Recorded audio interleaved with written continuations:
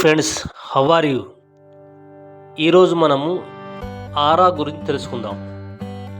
మనము దేవీ దేవతల ఫోటోలు కానీ లేదంటే ధర్మాత్మల ఫోటోలు కానీ చూసినప్పుడు ఒకటి వైట్గా ఒక ఆరా అనేది ఉండడం జరుగుతుంది.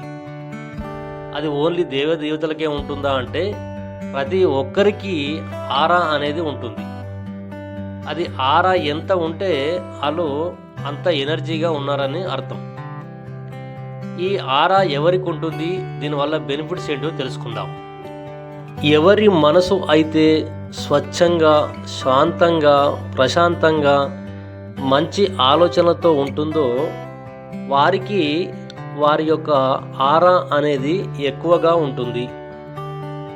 ఈ ఆరా అనేది తెలుసుకునేందుకు ఇప్పుడు శాస్త్రవేత్తలు కొన్ని పరికరాలు కూడా తయారు చేశారు. వీటి ద్వారా మనలో ఎంత పాజిటివ్ ఆరా ఉందనేది దాంట్లో మనం చెక్ చేసుకోవచ్చు. మన మైండ్ ఎప్పుడైతే మంచి సంకల్పాలు, ప్రతిరోజు మంచి ఆలోచనలతో ఉంటుందో అప్పుడు వారికి వారి ఆరా అనేది ఎక్కువగా ఉంటుంది. మనకి ప్రతిరోజు ఆలోచనలు, సంకల్పాలు, బయట పరిస్థితులు వస్తూ ఉంటాయి. కానీ ఇక్కడ ఎవరైతే మంచి సంకల్పాలు, హయ్యర్ వైబ్రేషన్స్లో ఉంటారో వారిలో ఈ ఆరా అనేది ఎక్కువగా ఉంటుంది. ఎవరికైతే లో ఆలోచనలు, చెడు ఆలోచనలు, భయము, లేదంటే ఆ చెడు సంకల్పాలు, కోపము, ద్వేషము, ఈగో, రిజెక్షన్స్, బాధ, ఇవన్నీ కూడా మన ఒక ఆరాని తగ్గిస్తాయి. ఒకరితో ఒకరు పోల్చుకోవడం, వాళ్ళు అలా ఉన్నారు, నేను ఇలా ఉన్నాను అని, ఇలా అన్నీ కూడా లోవర్ వైబ్రేషన్స్. ఇలా చేయడం వల్ల మన ఆరా ఒక శక్తి తగ్గిపోతుంది.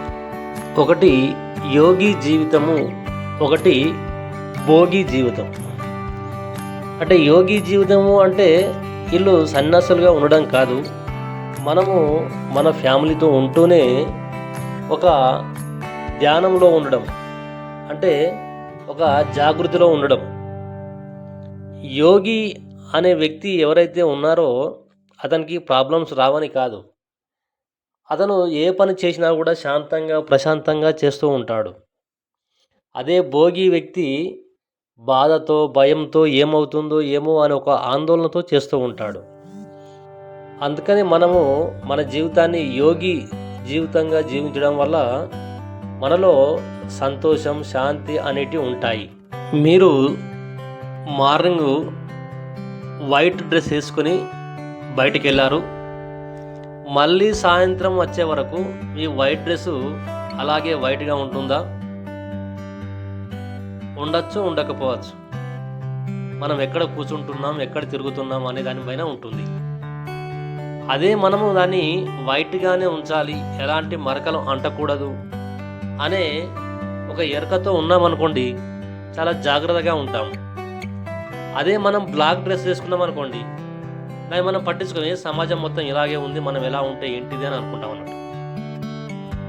ఎప్పుడైతే మనలో ఒక ఎరుక అనేది ఏర్పడుతుందో, ఒక కాన్షియస్, ఒక నేను సమాజంలో శాంతంగా, సంతోషంగా ఒక యోగి జీవితం జీవించాలి అనే ఒక ఆలోచన మీలో మొదలైనప్పుడు మీరు ప్రతి నిమిషము, ప్రతి ప్లేస్లో ఎక్కడున్నప్పుడు కూడా మీకు ఒక ఎరకతో ఉంటారు. కాబట్టి మీరు చెడు మాటలు, చెడు సంకల్పాలు ఇలాంటివి చేయకపోవడం వల్ల మీలో ఆరా అనేది పెరుగుతుంది.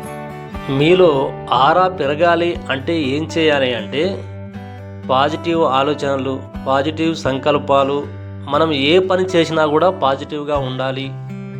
ప్రతిరోజు మెడిటేషన్, యోగా, ప్రకృతిలో వాకింగ్ ఇలాంటివి చేయాలి.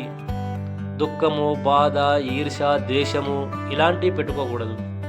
ఎప్పుడూ సంతోషంగా, ఇతరులకు ఏం మనం చెప్పినా కూడా మనకు సంతోషంగా చెప్పాలి. ఈర్షతో, కోపంతో ఎలాంటి విషయాలు చెప్పకూడదు. మనము ప్రతిరోజు ఒక గంట సేపు యోగా కానీ, మెడిటేషన్ కానీ, మౌనం కానీ పాటించడం ద్వారా మనకు ఆరా అనేది చాలా పెరుగుతుంది. దాని ద్వారా మనం చేసే పనిలో పాజిటివ్ అనేది ఎక్కువగా ఉంటుంది. దానివల్ల మనకు బిజినెస్లో కానీ, జీవితంలో కానీ సంతోషం అనేది ఏర్పడుతుంది. Thank you friends. ఈ వీడియో మీకు నచ్చినట్లయితే లైక్ చేయండి, షేర్ చేయండి మరియు మరిన్ని వీడియోల కోసం సబ్స్క్రైబ్ చేయండి.